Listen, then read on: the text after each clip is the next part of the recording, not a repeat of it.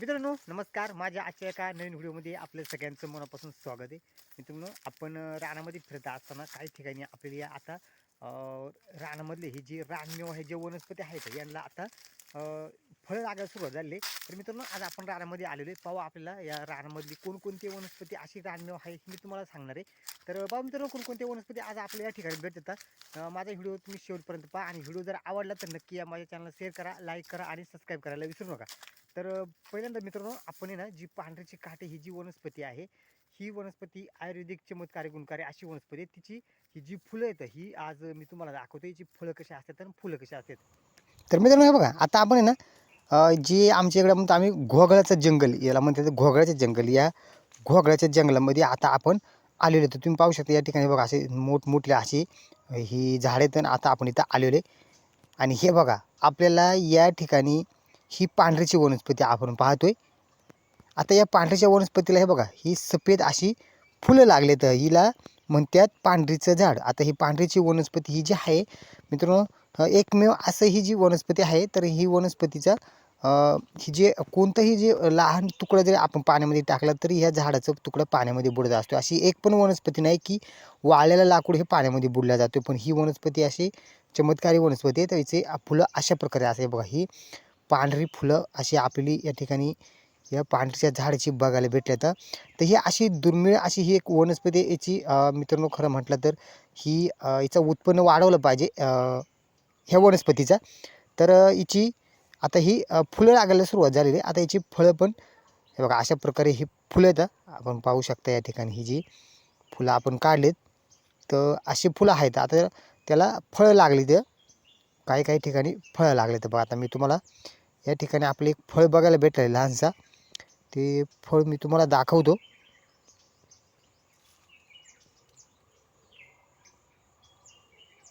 हे बघा अशी फुलं या ठिकाणी आहेत. पूर्ण सफेद अशी फुलं त्याची पांढरी. त्यामुळे याला पांढरीचं झाड असे म्हणतात. तर हे पूर्वीपासून मित्रांनो याचं आमचे वाडवडील सांगायचे ही जी काठी जर आपण जवळ ठेवली तर वाघसुद्धा येऊ शकत नाही जवळ. आणि सर्प वगैरे घरामध्ये येऊ शकत नाही. कुणी कर्णीबाधा जर केली तर याचा इफेक्ट आपल्या कुटुंबावर होत नाही. अशा अनेक गुणकारी म्हणजे ही वनस्पती आहे. तर हिचा आपण जेवढं आपण मनापासून जी भावना हिच्यावरती तिथं ठेवतो त्याचा 100% आपल्याला फायदा होतो आहे. तर ही अशी वनस्पती आहे. तर बघा आता मी तुम्हाला या ठिकाणी आपल्याला फळ बघायला भेटलं होतं. हे मी तुम्हाला शोधतोय मी.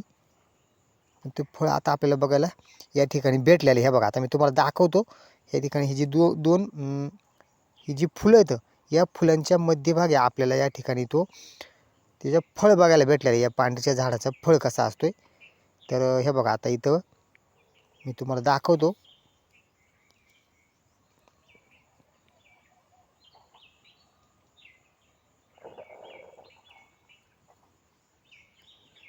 हे बघा आता इथे आपण पाहतोय हे आहे पांढऱ्याच्या झाडाचा फळ. हे बघा अशा प्रकारे याचा फळ असतोय. हे बघा हे आहे पांढऱ्याच्या झाडीचा फळ. तर मित्रांनो अशा प्रकारे आपण हे पांढरे झाड आता या रानामध्ये आपल्याला बघायला भेटलेत. आता त्याला फुलं लागलेत आणि फळं लागायला पण सुरुवात झालेली.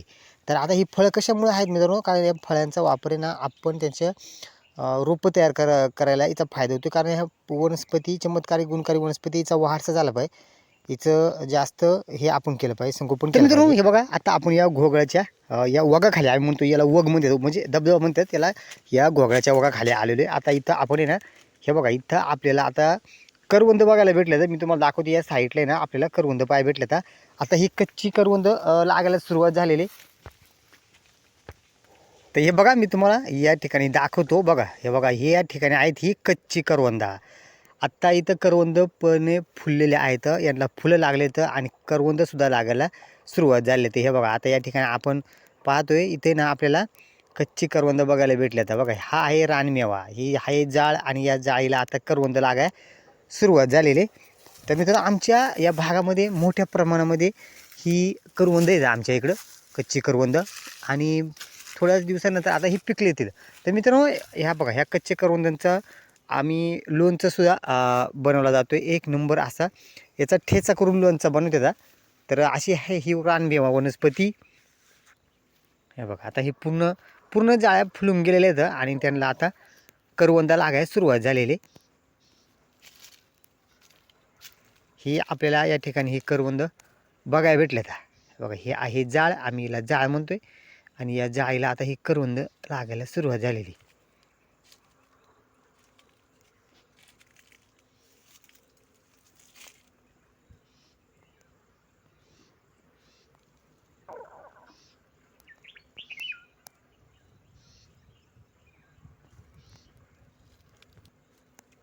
हे बघा मस्तपैकी अशी ही कच्ची करवंद इथं लागले. तर पाहिल्यानंतरच तोंडाला पाणी येतं आहे मित्रांनो. असे कच्चे करवंदांचा लोणचा एक नंबर होत आहे. हे आता आपण पाहतोय हे आहेत करवंदा. हा आहे रानमेवा फळ लागायला सुरुवात झालेली. तर मित्रांनो आपण करवंद पाहिलं तर अजून एक मी तुम्हाला रानमेवा अशी वनस्पती हे फळ लागायला सुरुवात झाली ती आता आपण पाहूया. तर चला मित्रांनो हे बघा आता मी तुम्हाला दाखवतोय दुसरा रानमेवा वनस्पती. तर बघा ही आहे या ठिकाणी आता आपण पाहतोय मित्रांनो. हे सुद्धा फळ जर पाहिलं तर तुमच्या नक्कीच ज्याने खाल्ले त्यांच्या तोंडाला नक्कीच पाणी येईल. तर बघा आता आपण या ठिकाणी पाहू शकतो मित्रांनो. कुणाला माहिती ही झाडं बघा आत्ता या मस्तपैकी या ठिकाणी ही आंबेळ्या फुलल्यात आणि त्यांनी ही आंबेळ्या लागल्यात मित्रांनो. याला म्हणतात आंबेळा. थोड्या दिवसामध्ये ही पिकतील. हे आहेत आंबेळा. आता ही वनस्पती ना जबरदस्त अशी रानमेवा ही वनस्पती या ठिकाणी आम्हाला खायला भेटते.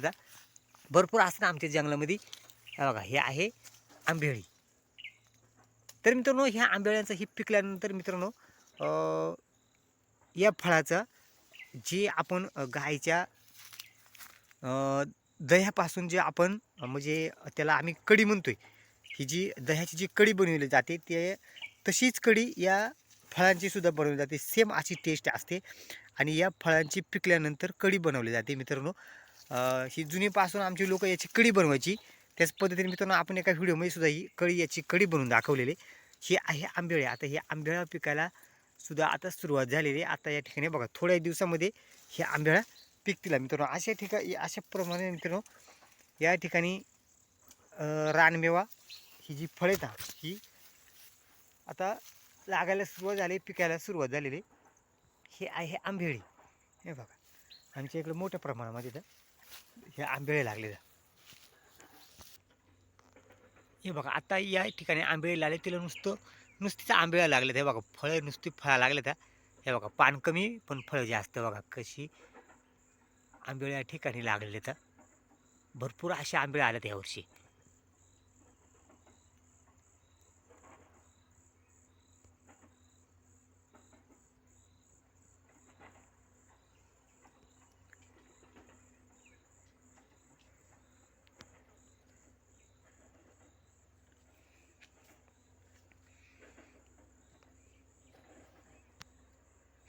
तर मित्रांनो आम्ही लहानपणामध्ये ना आम्ही बारीक असताना लहानपणामध्ये ही जाळीची ही बघा ही जी पान आहेत ही लहानपणाची एक आठवण म्हणून तुम्हाला मी दाखवतो. मला ही जाळ पाहिल्यानंतर मला लहानपणाची आठवण आली.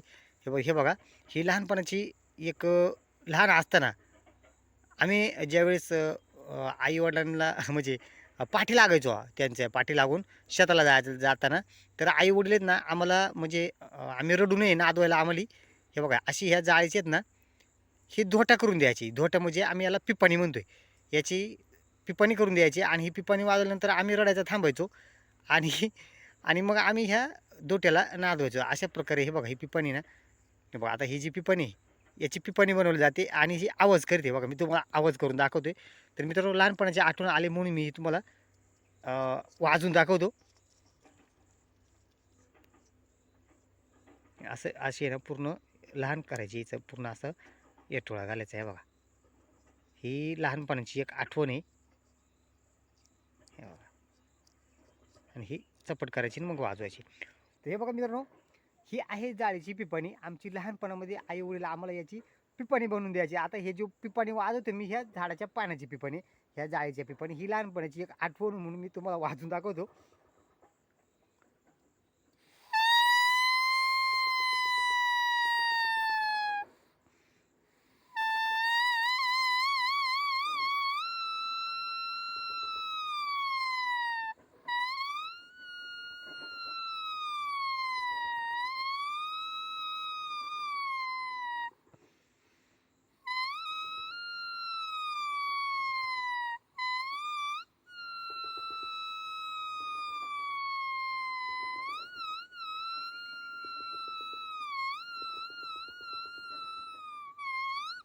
ही लहानपणाची आठवण मित्रांनो. चला मित्रांनो, तुम्हाला माझा आजचा व्हिडिओ कसा वाटला नक्की कमेंट बॉक्समध्ये कळवा आणि पुन्हा भेटूया मित्रांनो आपण एका नवीन व्हिडिओमध्ये. धन्यवाद.